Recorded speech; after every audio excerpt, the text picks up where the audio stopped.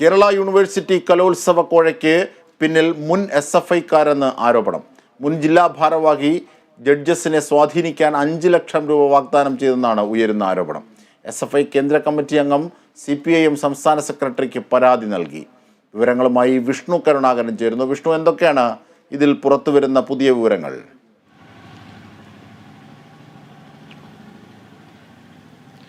അജിംഷാദ്, ഈ കോഴ ആരോപണവുമായി ബന്ധപ്പെട്ട് കലോത്സവത്തിൽ നടന്ന കോഴ ആരോപണവുമായി ബന്ധപ്പെട്ട് SFI-ക്കാർക്കെതിരെ ശക്തമായ ഒരു ആരോപണമാണ് ഇപ്പോൾ വരുന്നത്.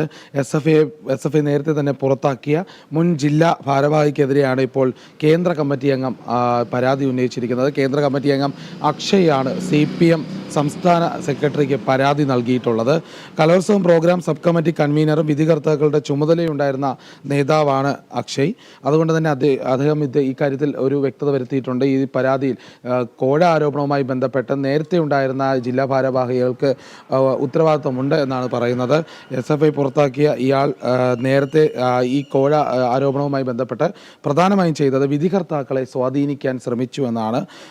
5 ലക്ഷം രൂപ വാഗ്ദാനം ചെയ്തുവെന്നും ഈ സംസ്ഥാന സെക്രട്ടറി CPM സംസ്ഥാന സെക്രട്ടറിക്ക് നൽകിയ പരാതിയിൽ വ്യക്തമാക്കുന്നുണ്ട്. ഏതായാലും തുടർന്ന് SFI ജില്ലാ കമ്മിറ്റി യോഗവും ഈ കോഴ വാഗ്ദാനം ചർച്ച ചെയ്തിരുന്നു. ഈ വിഷയം ജില്ലാ കമ്മിറ്റിയും ചർച്ച ചെയ്തിരുന്നു. ഏതായാലും ഈ വിഷയത്തിൽ വലിയ രീതിയിലുള്ള ഒരു ഇടപെടൽ ഉണ്ടാകും.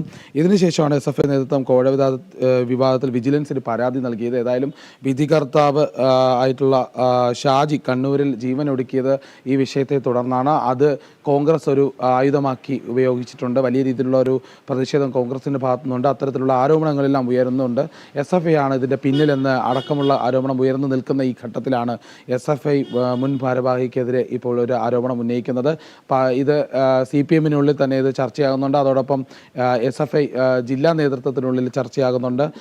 അതോടൊപ്പം കേന്ദ്ര അംഗമാണ് ഈ കാര്യം വെളിപ്പെടുത്തിയത്. ഏതായാലും ഇത് തുടരന്വേഷണം ഉണ്ടാകും. അതിൽ നിന്ന് വ്യക്തമായ ഒരു തീരുമാനത്തിലേക്ക് കടക്കും. അതിനുശേഷം നടപടി സ്വീകരിക്കുമെന്ന് തന്നെയാണ് ഇതിൽ നിന്ന് മനസ്സിലാക്കുന്നത്. അജിംഷാദ്, തീർച്ചയായും, അതായത് SFI-ക്ക് മേൽ നേരത്തെയും ആരോപണം ഉന്നയിച്ചിരുന്നു. ഇപ്പോഴിത് മുൻ SFI നേതാവാണ്, SFI-യിൽ നിന്ന് പുറത്താക്കിയ ആളാണ് എന്നുള്ളതാണ് ഈ കോഴ വിവാദത്തിന് പിന്നിൽ എന്നുള്ളതാണ് ഇപ്പോൾ ആരോപണമായി എത്തുന്നത്.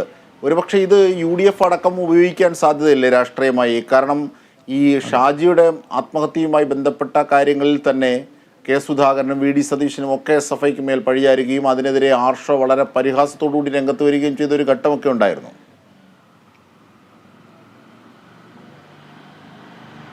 അതെ, തീർച്ചയായിട്ടും അത്തരത്തിലുള്ള ഒരു ആരോപണം എന്തായാലും കോൺഗ്രസിൻ്റെ ഭാഗത്തുനിന്നുണ്ടാവും. ഇപ്പോഴും അത് ഉയർന്നുകൊണ്ടിരിക്കുക തന്നെയാണ്. ഏതായാലും SFI തന്നെയാണ് ഇതിൻ്റെ ഈ കോഴ ആരോപണവുമായി ബന്ധപ്പെട്ട കാര്യങ്ങൾ ഉൾപ്പെട്ടതും അതോടൊപ്പം തന്നെ ഈ കലോത്സവം നടത്തിപ്പുമായി ബന്ധപ്പെട്ട പ്രശ്നങ്ങളിലെല്ലാം SFI-ക്കെതിരെ കടുത്ത ആരോപണങ്ങൾ ഉയർന്നൊരു സാഹചര്യമാണ് ഉണ്ടാകുന്നത്. അതേ ഘട്ടത്തിലാണ് ഇപ്പോൾ SFI-യുടെ മുൻ ഭാരവാഹിയാണ് ഇതിന് ഉത്തരവാദി എന്നുള്ള രീതിയിൽ വാർത്തകൾ പുറത്തു വരുന്നത്. അതിനെതിരെ എന്തായാലും SFI-യുടെ നേതൃത്വം തന്നെ ശക്തമായ നടപടി സ്വീകരിക്കുമെന്നാണ് ഇതിൽ നിന്ന് വ്യക്തമാകുന്നത്. അതോടൊപ്പം ഏതായാലും CPM സംസ്ഥാന നേതൃത്വത്തെ കാര്യം അറിയിച്ചിട്ടുണ്ട്. അത് ഗൗരവമായി തന്നെ എടുക്കുന്നുണ്ട്. ഏതായാലും ശക്തമായ ഒരു നടപടി ഇതിൻ്റെ ഭാഗമായി ഉണ്ടാകും. ആര് ചെയ്താലും ഇതിനുള്ള തക്കതായ നടപടി ഉണ്ടാകുമെന്ന് തന്നെയാണ് ഇപ്പോൾ അറിയാൻ സാധിക്കുന്നത്. ഏതായാലും ഇപ്പോൾ SFI-യെ പ്രതിക്കൂട്ടിലാക്കി തന്നെയാണ് കാര്യങ്ങൾ പോകുന്നത്. അത്തരത്തിൽ തന്നെയായിരിക്കും ഇനി പ്രതിപക്ഷവും ഒരു ആയുധമാക്കാനുള്ള സാധ്യത. ഇനി തെരഞ്ഞെടുപ്പ് അടുക്കുന്നതോടെ തന്നെ ഈ വക കാര്യങ്ങൾ കൂടി രാഷ്ട്രീയപരമായി കൂടി ഒരു പ്രതിഷേധം എതിർപക്ഷത്തു നിന്നും ഉണ്ടാകാനുള്ള സാധ്യതയുണ്ട്. ഏതായാലും ഇപ്പോൾ നിലവിൽ SFI-യിൽ ഇപ്പോൾ പ്രവർത്തിക്കുന്ന ആളല്ല ഇതിന് ഉത്തരവാദി എന്ന് തന്നെയാണ് കോഴ ആരോപണവുമായി ബന്ധപ്പെട്ട് പുറത്തു വരുന്ന വിവരം. അജിംഷാദ്, ശരി വിഷ്ണു കരുണാകരനാണ് വിവരങ്ങൾ വിശദാംശങ്ങൾ നൽകുന്നത്.